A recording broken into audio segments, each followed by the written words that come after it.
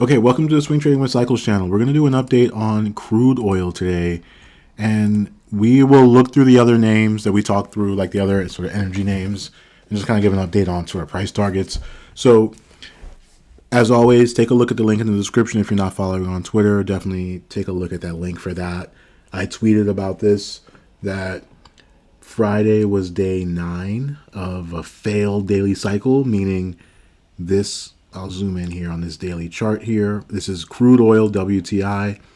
That, this was this was your daily cycle low. This was your Friday candle. It is December 11th, by the way, Sunday night. So this candle that's opening here is actually going to become the Monday candle. It starts trading Sunday night is the way it works for products that trade overnight. And so the key levels, you always want to know the levels, upside versus downside. You need to cross above the high from Friday, which was 72.90, to give you a daily swing low.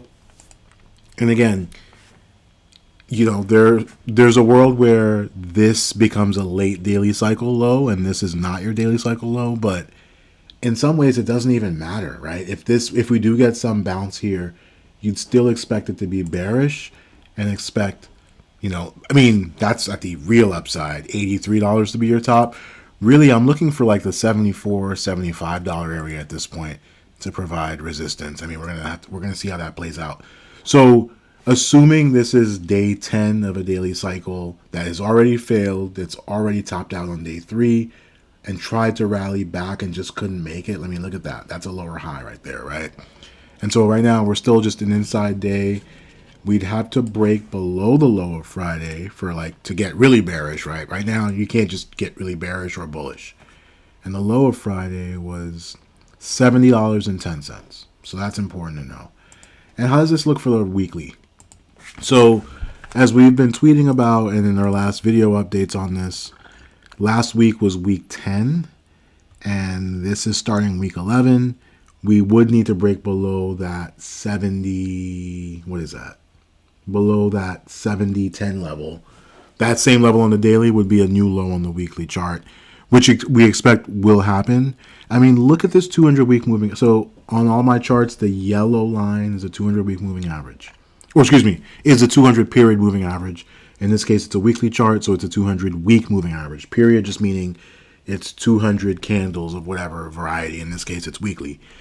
We have not touched it yet this whole time. We're probably going to touch it, right? Look at the thing.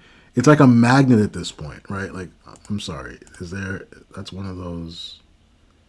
I thought there was a magnet anchor. Either way, Jesus, look at that. It's entirely possible. And I always say this, it's important to note, we deal with probabilities. So we could get some kind of monster weekly candle like this at some point, right? That just reverses this whole trend and just sends us back up to the moon. Let's see, right? What are the odds, right? Now, this is a huge weekly candle, right? So yeah, maybe we get one of these other ones at some point here, but do you know when that's going to come? You have that kind of inside information, right? If we could just get one candle like that, we'd be all set, right? We'd be close to back to all-time highs on the weekly chart. It's really just a question of what is the likelihood, right? What's the probability? And if we look at the monthly chart, you can just see this thing is seeking out new lows. That $63 area looks very juicy. Yet at the same time, you hear about the idea of replenishing the strategic petroleum oil reserve at around 70. So it's well, how would price fall all the way down to 63 if you have this huge buyer saying that they're going to come in at 70? We're going to have to see. And that's why you want to follow price, observe price, and then see if that fits the fundamentals that you know about, right? Because what price is doing now is likely to continue to happen. It will continue to happen unless there's a reversal. And right now, we are drooping towards the $60 area unless we get a reversal to the upside. That's what's happening, right? And that's WTI. Let's look at the individual names and let's see where they are, how they're progressing. And so just a reminder, these names are in daily cycle decline, right? So this is Valero, VLO, we've had a long daily cycle, and this always happens, right? No one thinks it can end, It just keeps going. So this went for 41 days. Your top was on day 41. And now we've been drooping down. And so this will probably still be right translated, meaning it'll drop for less time than it rose, right? But let's just do the math on what the percentage rise. And we're not going to do this for every name, but just to kind of give you just level set, right? So if you were able to buy the Pico bottom, you know, wow, that's quite the rally, 44%. And so far we're down about only 19%, not even 20%, not even 20%. But more importantly, like the actual points, we gained 44 points and we've given back 27. Now, you don't need to be a Fibonacci expert to know, and I think Fibonacci's are BS, but like if we rallied 44 points, but we've now declined 27 points, well, that's not good, right? But like at the same time, we didn't need to even do that to see that, which is just, like, look at this.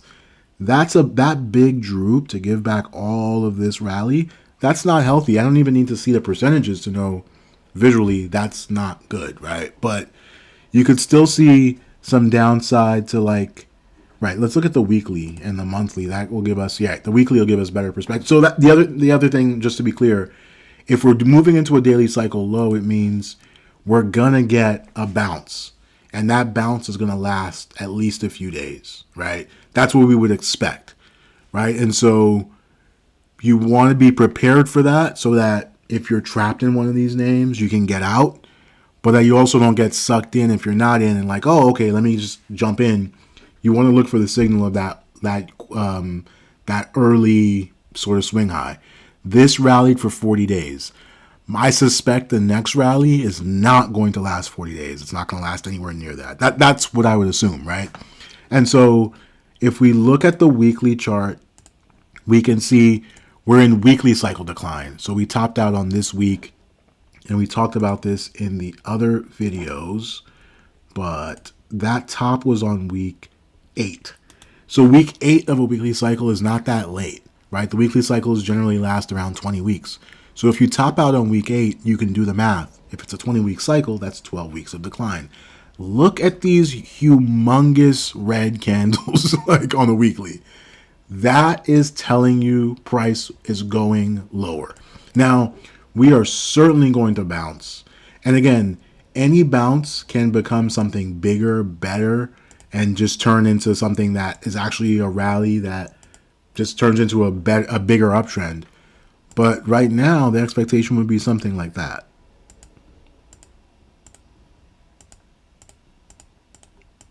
And don't take the specific price levels notwithstanding. Just the idea that we're going to bounce at some point. Like this huge droop lower is going to get us a bounce. Now, the question is it going to be a lower high like this? Or is it going to do something like that and then like that, right? But and then hold like that, right? That would be your bullish scenario. So you're going to want to watch for that as the turn happens. So that's VLO. So just based on the structure of this chart, you could easily see a move down to 108 easily before this is all over, right? XLE. So it's the same theme for all of these. They're moving into daily cycle decline, daily cycle low. So they're going to get a bounce at some point, that daily cycle bounce. For XLE, looks like at least a move down to 78. XOP, yikes. Call it 115. Yikes. Exxon. Wow. So Exxon just has only printed its first big red week. There's a previous week that's red, but it's like really small. So now it's a question of, wow, are we going to get, some kind of continuation this week like that, right? Like, whoop, just to kind of continue the theme. I mean, look at this green candle that needs to kind of get taken out in some sense. So you could see a move down to like the $85 area even. Now, this one has been one of the strongest, so you could see a world where it actually does hold up, and that's why you want to just watch the price action in real time. PSX. Ooh, look at these big red candles. So you could easily, this thing looks like it's at least going to come down to like the $90 area. OIH. Oof, that's dangerous. There's a gap down at 222. There's no reason why we have to get all the way down there.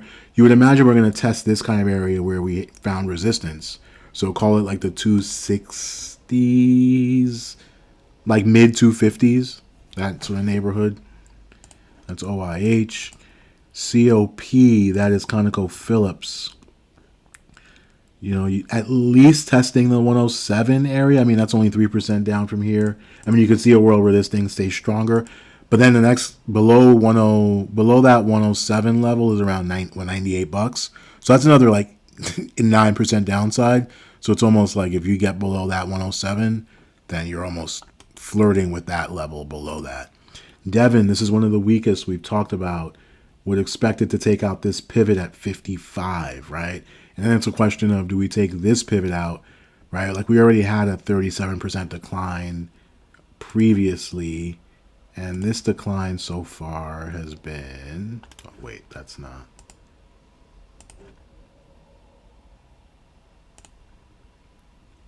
Only about 24%. So you can see a world where we definitely go back and test these lows. MRO, oof.